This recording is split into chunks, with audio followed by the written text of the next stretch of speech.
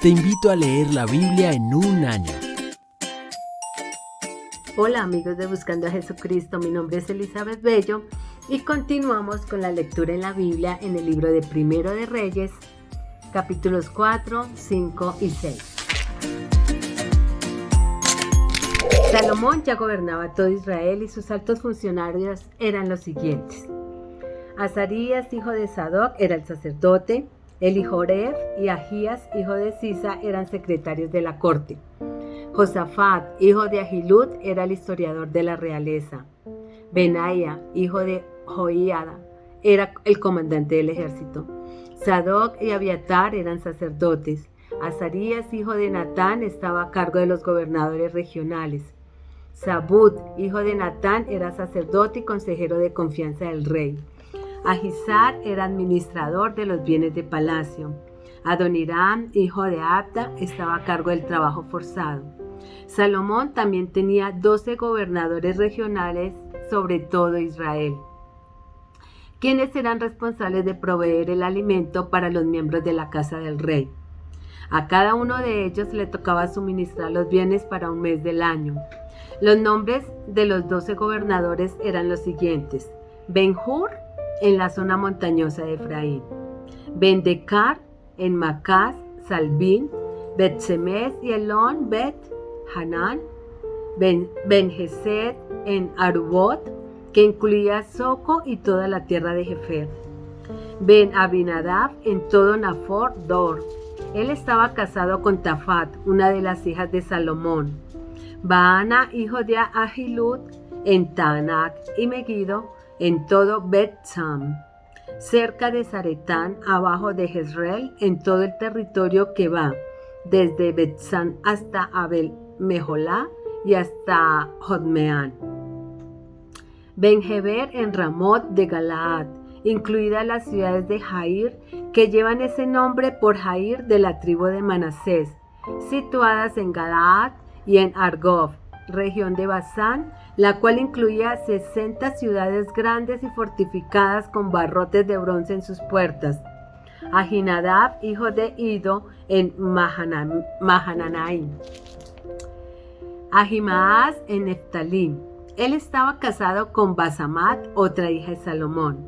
Baana, hijo de Husaí, en Aser y en Alot. Josafat, hijo de Paruá, en Issacar. Simeí, hijo de Ela, en Benjamín. Heber, hijo de Uri, en la tierra de Galaad, incluidos los territorios del rey de Seón, de los amorreos y del rey Og de Basán. También había un gobernador para la tierra de Judá. La gente de Judá y de Israel eran tan numerosas como la arena a la orilla del mar. Todos estaban muy satisfechos y tenían suficiente para comer y beber. El rey Salomón gobernaba todos los reinos desde el río Éufrates en el norte hasta la tierra de los filisteos y la frontera con Egipto en el sur. Los pueblos conquistados le enviaban impuestos y le sirvieron durante toda su vida. La cantidad de alimento que se requería a diario en el palacio de Salomón era 150 canastas de harina selecta y 300 canastas de harina gruesa. También 10 bueyes de los corrales de engordar, 20 reses alimentadas con pasto, 100 ovejas o cabras, además de ciervos, gacelas, corzos y aves del corral de primera calidad. El dominio de Salomón se extendía por todos los reinos al occidente del río Éufrates, desde Tifsá hasta Gaza, y había paz en todas sus fronteras. Durante la vida de Salomón, los habitantes de Judá e Israel vivieron en paz y con seguridad, desde Dan en el norte hasta Beerseba en el sur. Cada familia tenía su propia casa con jardín. Salomón tenía 4,000 establos para los caballos que tiraban sus carros de guerra y 12,000 caballos.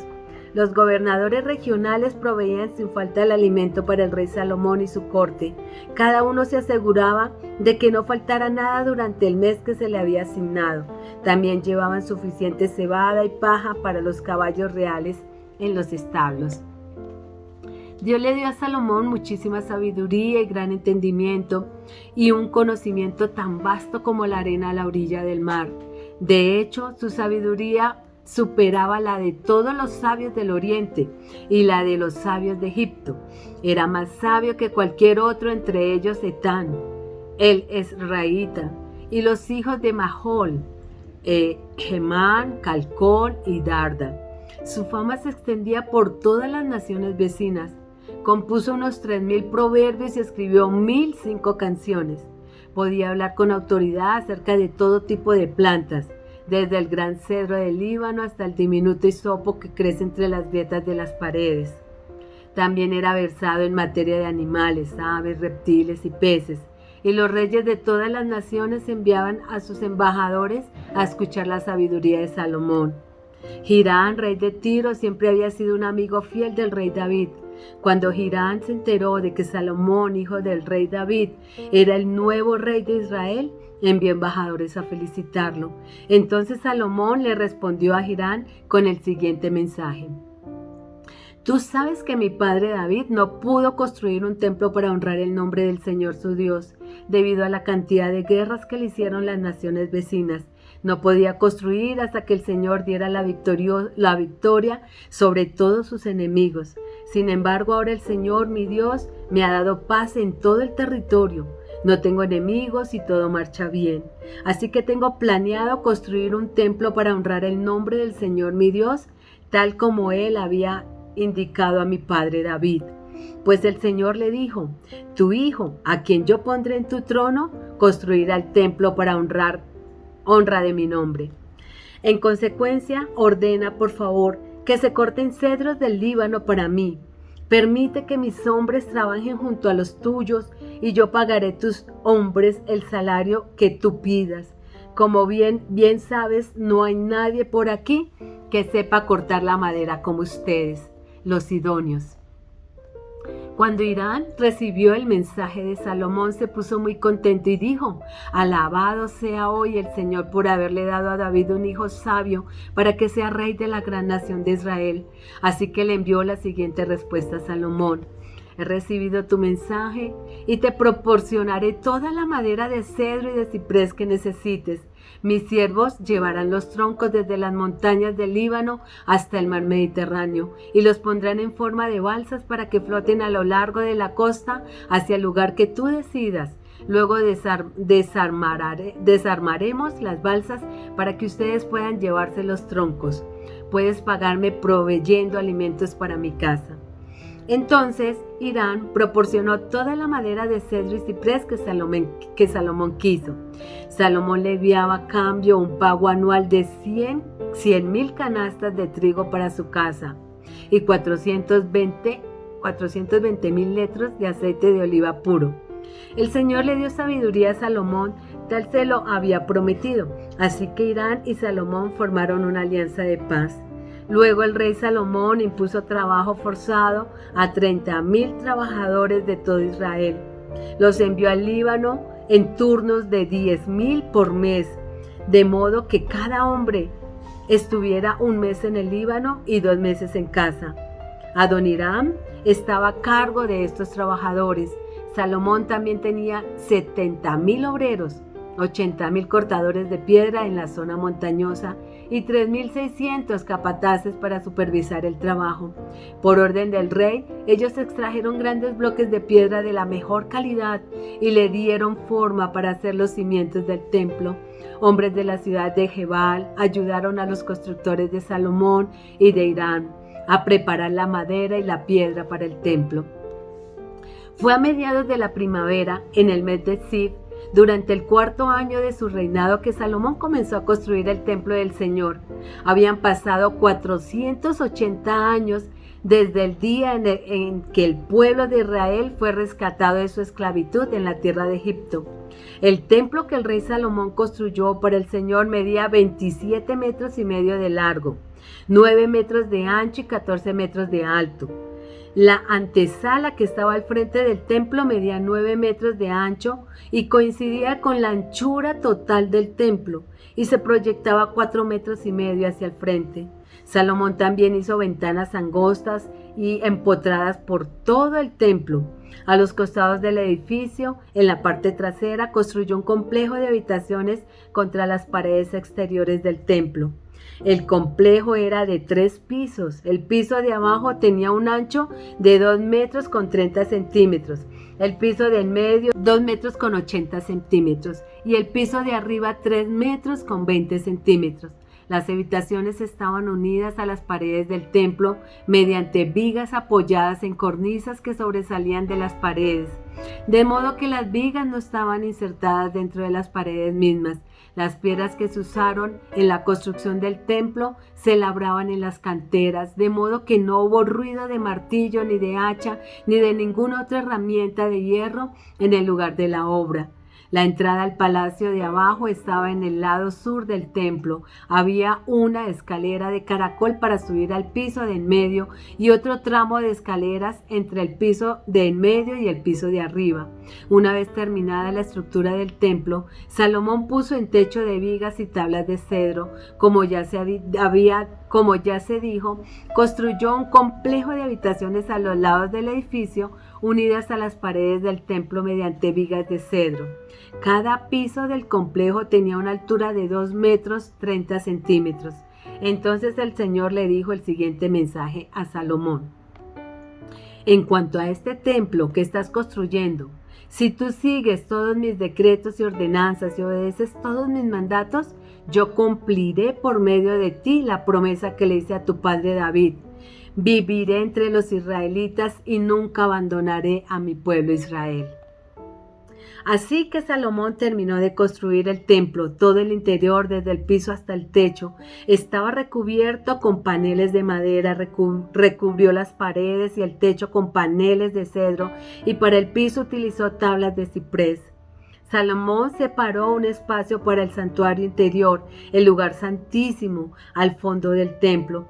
Tenía 9 metros de profundidad y estaba recubierto con cedro desde el piso hasta el techo.